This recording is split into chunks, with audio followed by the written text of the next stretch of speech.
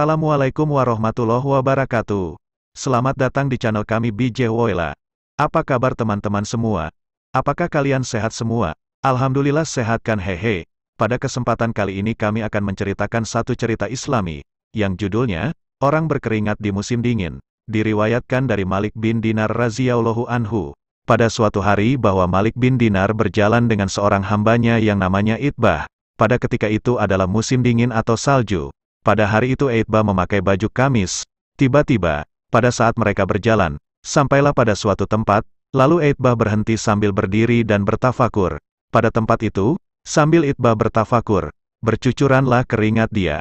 Maka kemudian bertanyalah Malik bin Dinar kepada Itbah, "Kenapa engkau berhenti pada tempat ini?"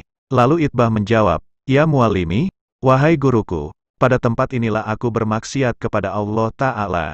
Pada kisah ini diceritakan bahwa Itbah bercucuran keringat, karena ia tafakur, atau memikir tentang dosa yang telah dilakukannya pada tempat itu, dan lalu ia malu dengan Allah Subhanahu wa Ta'ala atas dosanya, yang menjadi kesimpulan dari cerita ini, bahwa Itbah malu kepada Allah karena dosa yang telah dilakukannya, sampai-sampai ia keluar keringat di musim dingin. Lalu bagaimanakah dengan kita ini yang selalu melakukan kesalahan dan dosa? Pernahkah kita bertafakur tentang dosa-dosa kita? Pernahkah kita menyesal dan meminta ampun kepada Allah? Karena dengan dosa, bisa membuat manusia jadi ahli neraka. Na'udzubillah min zalik. Maka oleh karena itu mari kita memohon ampun kepada Allah atas semua dosa-dosa kita. Amin. Ya Rabbal Alamin. Cerita ini kami kutip dalam kitab Tambihul Rafilin, pada bab Maja Afiz Zunubi.